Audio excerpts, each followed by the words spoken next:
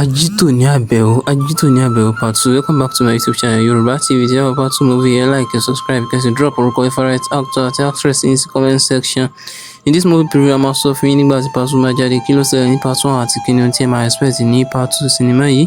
Sinimá yìí jẹ́ sinimá tí ó dùn tí ó sì kọ́ni lẹ́kọ̀ọ́ gidi. Bákan náà ni àwọn àgbààgbà òṣèré kópa nínú sinimá yìí lọ́pọ̀. Inú ẹ̀ láti rí Rónkẹ́ Odùsanyà, Soliu Gbọ́lágadé, Fathia Oòduà, Tóyọ̀sí Adésànyà, Títílọpẹ́ Àbẹ̀wò Agboola àti bẹ́ẹ̀ bẹ́ẹ̀ lọ.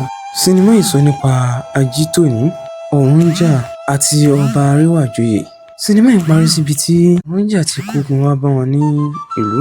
Àmọ́ bí gbogbo àwọn aráàlú ṣe ń bẹ̀rù ni Ajítòní dìde tí ó sì lọ bá wọn pé òun ó kógun lọ bá Ọ̀rúnjà. Àmọ́ bí a ṣe mọ̀ pé ó ti di olórí láàfin tí ó sì ti fẹ́ra kù. Di eléyìí ni ọba Aríwàjoyè fi sọ fún un pé kò lè lọ sí ojú ogun kankan. Pẹ̀lú ipò ẹlẹgẹ́ tí ó wà yìí pé kó jókòó sílé. Ajítòní dá ọba lóhùn, ó ní tó bá yẹ pé nítorí oyún inú òun ni kí ó bóun gbé. Báyìí ni ó gbé oyún fún ọba. Ibí yìí ni apá kìíní sinimá yìí parí sí. Ohun tí a máa retí ní apá kejì sinimá yìí ni pé ǹjẹ́ Ajítòní borí ogun tí ó lọ? Bí ò bá borí ogun, kí ni ó ṣẹlẹ̀ sí ọba tí ó gbé oyún fún? Bákan náà kí ni Ọ̀rúnjà fi ọba Ajítòní?